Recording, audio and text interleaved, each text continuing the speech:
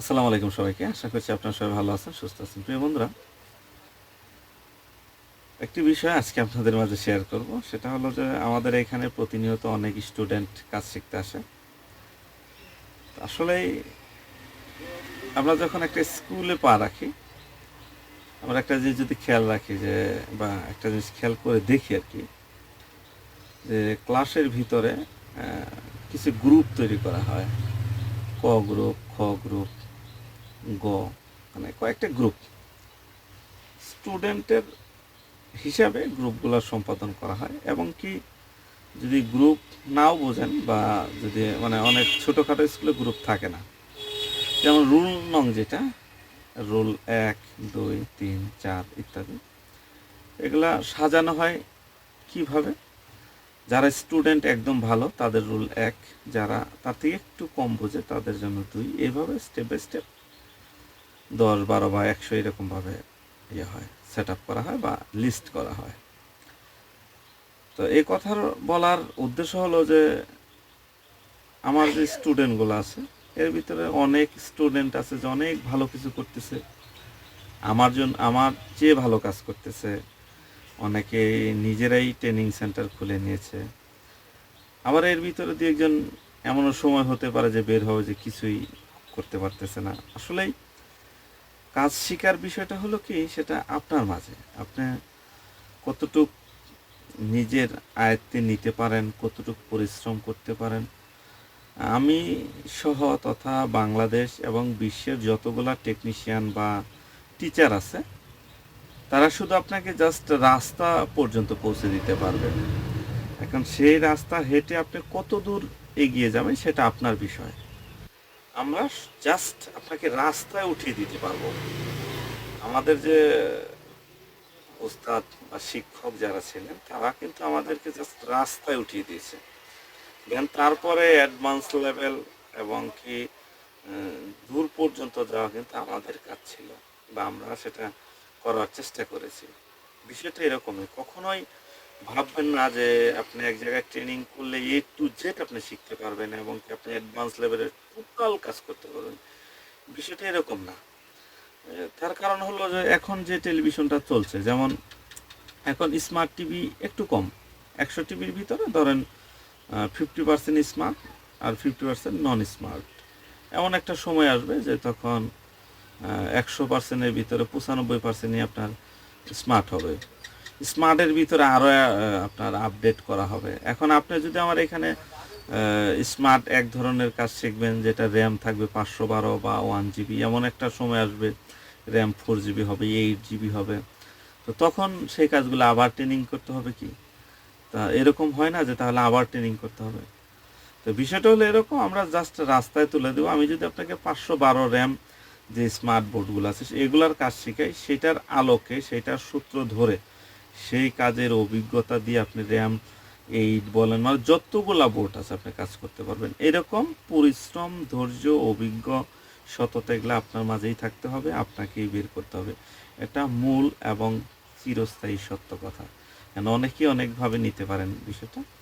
তো চলুন একটি ছাত্রর ভিডিও আপনাদের মাঝে শেয়ার করব। আমার একজন ছাত্র খুবই ভালো কাজ করতেছে, উনি একটা কাজ করে আমার এখানে ভিডিও পাঠিয়েছে, সেটা আপনাদের মাঝে শেয়ার করব। ওয়ালাইকুম ও রহমতুল্লাহ। প্রিয় TR computer and electronics training সেন্টারের টিআর কম্পিউটারের যত সাবস্ক্রাইবার আছে সবাইকে আমার পক্ষ থেকে আন্তরিক শুভেচ্ছা। তো চলেন দেখি ডিসপ্লেটার প্রবলেম। সর্বপ্রথম যখন আমার কাছে নিয়ে আসে তখন এটা বিগত দিনে মনে করেন যে 6 মাস ধরে ঘোরাঘুরি করছে টেকনিশিয়ানদের কাছে। এ নিয়ে আমাকে দিয়ে 4 জন টেকনিশিয়ান আমরা প্রথমত আমাদের বাজারেই আসছিল একজনের কাছে, সে কাজ করে পারেনি, তখন নিয়ে যে গেছিলো এখান থেকে আরও 15 কিলোমিটার দূরে, সেখানে নিয়ে গেছিলো সারানোর জন্য। সেখান থেকেও ব্যর্থ হয়ে ফিরে আসছে এবং আবার সেই টেকনিশিয়ানের কাছেই গেছে। আচ্ছা, এরপরে এখান থেকে 50 কিলোমিটার দূরে আমাদের শহর রাজশাহীতে এটা নিয়ে গেছিলো আবার সারানোর জন্য। তো হচ্ছে ওখানে বন্ডিংও করানো হয় এবং ভালো টেকনিশিয়ান দ্বারা কাজও করানো হয়। তো ওখান থেকেও এই টিভিটা ব্যাক আসছে যে হবে না, প্যানেলটা পুরোপুরি ড্যামেজ। তো তখন আবার এই টিভিটা ফেরত নিয়ে এসে আমার কাছে নিয়ে আসছি। আমি বিগত দিনে ওর কিছু কাজ করে দিতাম, তো আমাদের দুজনের মধ্যে কিছুটা মনোমালিন্য হওয়ার জন্য আর কিছু কাজ আমি করে দিতাম না ওর। তো পরবর্তী যখন নিয়ে আসছে আমাকে টিক্স করে বলছে যে আলী হাসানের উস্তাদের কাছে পাঠাবো টিভি, খুব বলে ভালো উস্তাদ, কাজ বলে খুব পারে। তো যার জন্যে আমি আবার ওকে উত্তর ঘুরাই দিলাম যে হচ্ছে ছাত্র থাকতে উস্তাদের কি প্রয়োজন, ছাত্রক দিয়েই দেখো না আগে। তো টিভিটা আমাকে আবার রহস্যমূলক করে পাঠাইছে যে ঠিক করে নিয়ে আসে দাও, ওর একটা ছেলের হাতে পাঠাইছে। তো হচ্ছে এই টিভিটা যখন নিয়ে আসে আমার কাছে তখন পুরোপুরি সাদা ছিল, হোয়াইট ডিসপ্লে। তো কাছে নিয়ে আসো। এখান থেকে আমি দুইটা রেজিস্ট্যান্স খুলেছি এবং টিকনটা দেখাও, এবং এই পাশ থেকে আসে সরাসরি আমি এইখান থেকে দুইটা রেজিস্ট্যান্স খুলেছি। খোলার পরে দেখেন চলে টিভিটার সিমটমটা দেখি আমরা। টিভিতে সিন দিলাম, আগের থেকে ব্যাক সেলটা খুলে রাখছিলাম যদি কাজের একটু সুবিধার জন্য। স্ট্যান্ড বাই রিলিজ করি আমরা।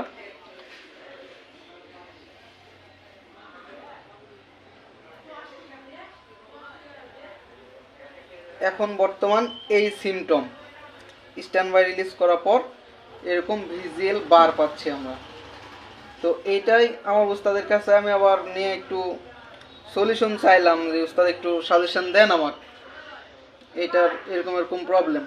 তো উস্তাদও কিছুটা সলিউশন দিল, সাজেশন করলো, এবং আমাদেরও নিজস্ব কিছু থিওরি আছে, সেই থিওরি অনুযায়ী এখান থেকে এই টেকনিশিয়ানদের মধ্যে কে যেন এখানকার একটা কপও তুলে ফেলছিল।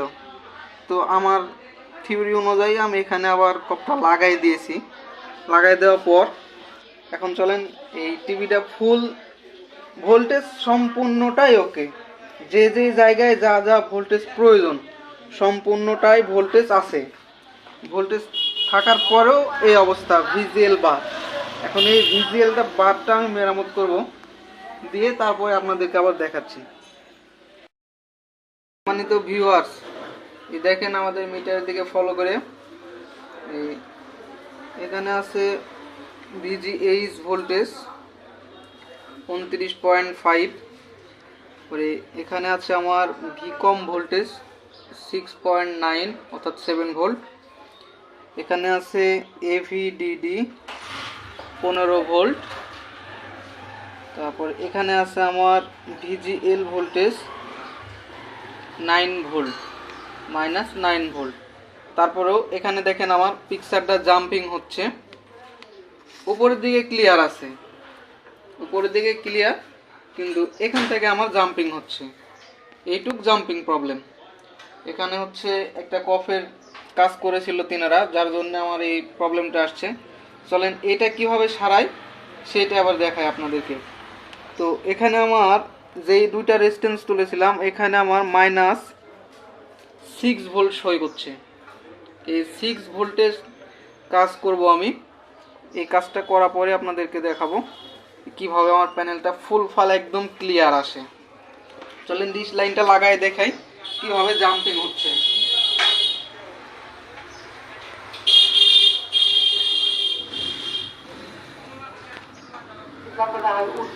ছবি আমাদের ক্লিয়ার, ছবি একদম ক্লিয়ার আছে, কিন্তু ফলো করে দেখেন এখানে জাম্পিং প্রবলেম। এই জাম্পিং প্রবলেমটাই সারাবো। এখানে আমার মূলত ইভেন আর অড ভোল্টেজের জন্যই জাম্পিং প্রবলেমটা আসে। এই জাম্পিং প্রবলেমের জন্য আমি এখান থেকে ভিজিএইচ থেকে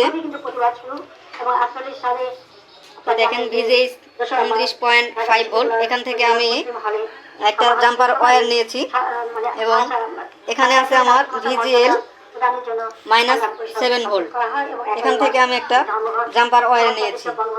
মূলত এই দুই ওয়্যার দিয়েই আমি জাম্পিং প্রবলেমটা সারাবো। তো চলেন যাই জাম্পিং প্রবলেমটা সারাই। এখান থেকে সরাসরি আমি দুইটা জাম্পার নিয়েছি। এটা হচ্ছে আমার ভিজিএইচ থেকে জাম্পার নেওয়া। তো এই ভিজিএইচ থেকে জাম্পার নিয়ে আমি এই পাশের ওয়াট ভোল্টেজের একটা পয়েন্টে দেব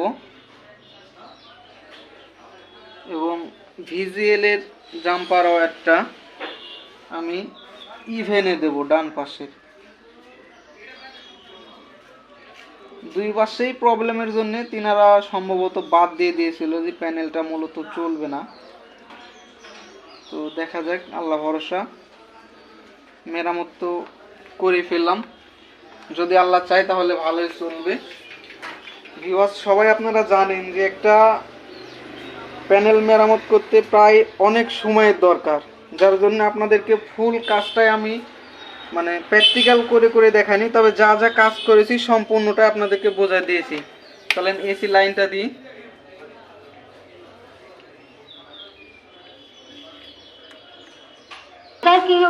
এই টিভিটা ফুলফিল এখন কমপ্লিট, কোনো জাম্পিং প্রবলেম নাই, সুন্দর পিকচার। এখান থেকে আমি দুইটা শুধু জাম্পার দিয়েছি। সকলে আপনারা জানেন যে একটা প্যানেল রিপেয়ার করতে অনেকটা সময়ের প্রয়োজন হয়, যার জন্য ফুল ভিডিওটা দেওয়া সম্ভব নয়। আমি শুধু কাজটুক কিভাবে করেছি সেইটুকু আপনাদেরকে দিলাম। একটা প্যানেল রিপেয়ার করতে মূলত যে ভোল্টেজগুলো মেজার করে এবং কিছু থিওরিক্যাল কাজ করে এবং এই টিকন বোর্ড থেকে আইডেন্টিফাই করাটাই হচ্ছে মূলত কাজ। যখন আপনি আইডেন্টিফাই করে ফেলবেন যে কোত্থেকে সমস্যাটা হচ্ছে, তখন আপনি কিন্তু অনায়াসে একটা প্যানেল রিপেয়ার করতে পারবেন। এই দেখেন আমার প্যানেলটা একদম ফুললি ফিল কমপ্লিট, দেখাও ফুল ফিল একদম কমপ্লিট। এখানে কোনো রকম কোনো ঝামেলা নেই, কোনো জাম্পিং নেই, পিকচারে কোনো প্রবলেম নেই, একদম ফুল ফাল ক্লিয়ার। অথচ এই প্যানেলটা বাদ দেওয়া হয়েছিল রিজেক্ট বলে, যে ড্যামেজ, চলবে না। ভাই, যদি ভিডিওটা ভালো লাগে অবশ্যই আমাকে আমার জন্য দোয়া করবেন। কাজ শেখার যদি কারো প্রয়োজন হয়, কেউ মনে করেন যে কাজ শিখবো, তাহলে আমার ওস্তাদের সঙ্গে যোগাযোগ করতে পারেন। খুব ভালো মানুষ তিনি, খুব ভালো কাজ শেখায়। আল্লাহ হাফেজ।